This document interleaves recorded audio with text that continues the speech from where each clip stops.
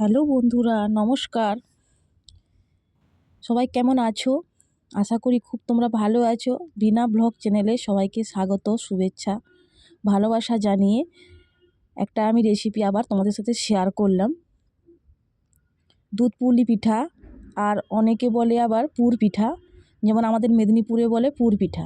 সেই পুর পিঠা তোমাদের সেটা আমি শেয়ার করলাম তোমাদের সাথে। পুরো ভিডিও দেখো, তোমাদের সত্যি খুব ভালো লাগবে। আর এই পিঠাটা খেলে, একবার খেলে বারবার তো খেতে ইচ্ছেই করবে। আর একটা কথা, হ্যাঁ বন্ধুরা, অনেক অনেক সময় কি হয়, পিঠেগুলো রেখে দেওয়ার পরে ঠান্ডা হয়ে গেলে শক্ত হয়ে যায়। কিন্তু এইভাবে এই প্রসেসে একবার ট্রাই করো, অবশ্যই পিঠে ঠান্ডা হলেও শক্ত হবে না, নরমই থাকবে, একদম নরম তুলতুলে, আর খেতে খুব দুর্দান্ত সুস্বাদু। চলো বন্ধুরা, দেখে নেওয়া যাক আমি কিভাবে রেসিপিটা বানিয়েছি। এইভাবে তোমরাও একবার বানাও, নরম পিঠে থাকবে, শক্ত হবে না, পরের দিন খেলেও শক্ত হবে না। দেখো, প্রথমে আমি নারকেল কুড়া নিয়েছি, একটা নারকেলকে কুড়ে নিয়েছি, দিয়ে তাতে চিনি আর গুড় ভালো করে হাত দিয়ে একটু ভালো করে নিগড়িয়ে নিগড়িয়ে ওই নারকেলের মধ্যে একদম গুড় আর চিনিটা ভালো করে মিশিয়ে নেবে। দিয়ে ওটাকে 10 মিনিটের মতন রেস্টে রেখে দেবে। রেখে দেওয়ার পর একটা বাটিতে আমি 1.5 কাপের মতন চালের গুঁড়ো নিয়েছি, আর 1.5 কাপের মতন সুজি নিয়েছি। সুজিটা আমি সকাল থেকে ভিজিয়ে রেখে দিয়েছিলাম। সুজিটা পুরো একদম নরম হয়ে ভিজে গেছে, কোনো দানা দানা দিয়ে নেই, কোনো শক্ত শক্ত কিছুই নেই। দিয়ে একটা বাটিতে করে গরম জল করবে, একটু হালকা উষ্ণ গরম জল করবে। দিয়ে ওই গরম জলটা দিয়ে ভালো করে মাখিয়ে নেবে, বাটারটা ভালো করে মাখিয়ে নেবে। একটু হাত দিয়ে দেখবে নরম নরম করে মাখিয়ে নেবে, খুলি দেখবে একদমই ফাটবে না। ঠান্ডা জল দিলে বন্ধুরা একটু শক্ত হয়ে যায়। ঠান্ডা জল না দিয়ে গরম জল দিয়ে মাখিয়ে নেবে। ডোটা একদম সফট হবে, আর খেতেও নরম দুর্দান্ত হবে, আর মুখে দিলে চিবেতেও কষ্ট হবে না।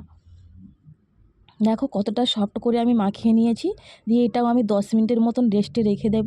রাখার পর ওই পুরটাকে যে আমি রেস্টে রেখেছিলাম, পুরটা এবারে কড়াই সমেত আমি গ্যাসেতে বুস করিয়ে দেব। গ্যাসেতে বুস করে দেওয়ার পর খানিকটা হওয়ার পর থেকে নাড়বে, সঙ্গে সঙ্গে নাড়বে না। কিছুটা একটু ব্রাউন কালার হয়ে এলে তারপরে নাড়তে শুরু করবে। এর মধ্যে 2টো এলাচ দিয়ে দেবে, 2টো এলাচকে ফাটিয়ে দিয়ে দেবে। দিয়ে দেখো এইভাবে একটু লাল লাল করে, একদম পুরোপুরি লাল করবে না, তাহলে খেতে একটু তিতকুড়ি তিতকুড়ি লাগবে। এরকমই হালকা করে ব্রাউন করে পুরটাকে রেডি করে নেবে। পুরটা রেডি হয়ে গেছে ওদিকে। আর এদিকে দেখো, এই যে আমি যে ডোটা যে রেখেছিলাম 10 মিনিটের মতন, ডোটা বের করিয়ে হাত দিয়ে আর 1-2 বার মেখে আমি হাফ হাফ করে কেটে কেটে করেছি। যতটা ডো হয়েছিল তার হাফ বের করিয়ে আমি এই কটা লেচি বেলে নিয়েছি। লেচিটা এভাবে করার পর দেখো, দিয়ে হাত দিয়ে মেখে নেবে। দিয়ে হাত দিয়ে এইভাবে একটু বাটির মতন শেপ করে নেবে। বাটির মতন শেপ করে একটু পুরটা ভরে ভরে দিয়ে তোমরা যেরকমই পারবে সেইভাবে তোমরা একটু ডিজাইন করে নেবে। আমি যেইভাবে পেরেছিলাম, আমার মনের মধ্যে যেভাবে এসেছিলো সেইভাবে আমি ডিজাইনগুলো করে নিলাম। অনেক রকমের ডিজাইন করেছিলাম। দেখো, এইভাবে একটা করেছিলাম, চূড়ার মতন একটা ডিজাইন করেছিলাম। তোমরা দেখতেই পাবে আমি কত রকমের ডিজাইন করেছিলাম। আর দেখো বন্ধুরা, খুলি কিন্তু একটুকুনো ফাটেনি, খুলি কিন্তু পুরো একদম সেম সেম ভালোভাবে, একটুকুনো কোথায় ফাটাও নেই, কিছু নেই, পুরো প্লেন একদম। তোমরা এইভাবে ডোটা বানালে কোনো খুলি ফাটবে না, আর পিঠে করতেও কোনো অসুবিধাও হবে না। আর একটা প্রসেস করে নিয়েছিলাম, প্রথমে আমি সব বাটিগুলোকে এইভাবে শেপ করে নিয়েছিলাম, তারপরে তাড়াতাড়ি করে পুরগুলো ভরে আমি রেডি করে নিয়েছি। এবারে খুলিগুলোর মধ্যে পুর একে একে ভরবো আর করবো। আমি একা বানিয়েছিলাম।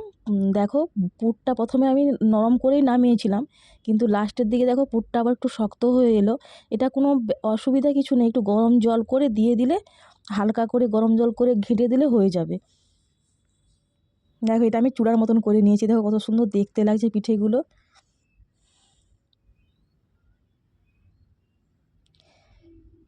বেশি বড় করার দরকার নেই। পুরগুলো একটু ছোটো ছোটো আকারের করলে শেপটা দেখতে সুন্দর লাগবে। সব জিনিসে বন্ধুরা দেখো সবাই বলে যে বাটটা সবাই দেখে ভেতরটা কী হলো জানার দরকার নেই। তোমার যদি বাটটা যদি খুব সুন্দর দেখতে লাগে তাহলে পিঠেগুলো খেতেও দুর্দান্ত হয় অবশ্যই। এবার সেরকমভাবে বানাতে হবে। আবার দেখো একটা শেপ নিয়ে নিলাম, এরকমই কাঁটা চামচ দিয়ে এইভাবে একটা শেপ করে নিলাম।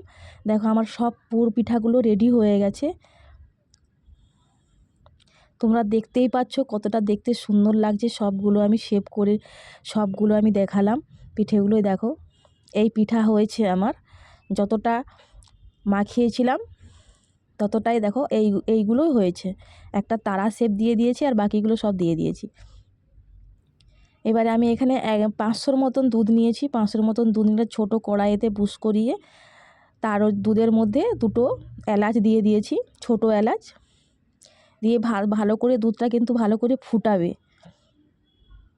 সঙ্গে সঙ্গে চিনি দিলে জল কাটে যাবে, তার জন্য একটু ভালো করে একটু ফুটিয়ে তারপরে আমি চিনি দেব। চিনিটা একটু চিনিটা ফুটে এলে এইভাবে একটু চামচ দিয়ে নাড়তে থাকবে যেমন না নিচে বসে যায়। দেখো এইভাবে টকবক করে যখন ফুটবে তখন আমি পিঠাগুলো একে একে করে দিয়ে দেব।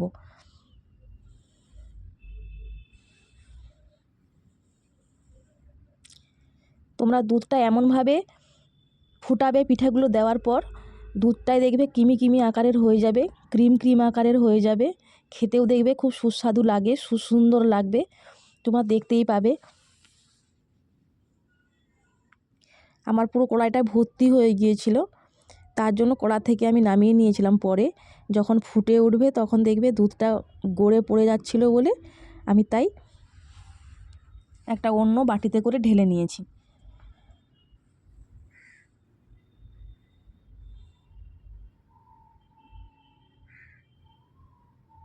দেখো যখনই ফুটবে তখনই গড়ে যাচ্ছে, তার জন্য একটা অন্য বড় বাটিতে করে আমি ঢেলে নিয়েছি। দেখো ওটাও আবার ফুটছে টকবক করে। এবারে যখন দুধটা আরও অনেকটা মরে যাবে, একদম মোটা মোটা আকারের হয়ে যাবে, তখনই আমি ওর সাথে অ্যাড করব গুড়। গুড়টা দিলে কী হবে বন্ধুরা, ওই দুধের কালারটা চেঞ্জ হয়ে যাবে।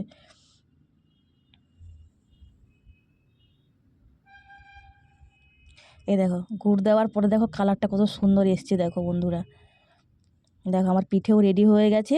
আর দেখো এই দুধটা কি সুন্দর ক্রিমি আকারের হয়ে গেছে, মোটা মোটা। এরপর একটা আমি বাটিতে করে তুলে নেব।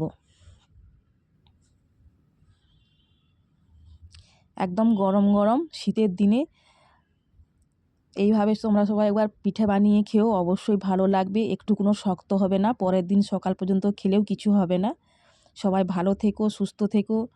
আর রেসিপিটা ভালো লাগলে অবশ্যই লাইক কমেন্ট শেয়ার করো। আর যে নতুন বন্ধুরা আমার চ্যানেলে নতুন দেখছো তারা অবশ্যই চ্যানেলটা একটু সাবস্ক্রাইবার করে দেবে আর পাশে থাকা বেল আইকনটা প্রেস করে দেবে, যাতে নতুন নতুন রেসিপি করলে তোমাদের কাছে নোটিফিকেশানটা যেতে পারে।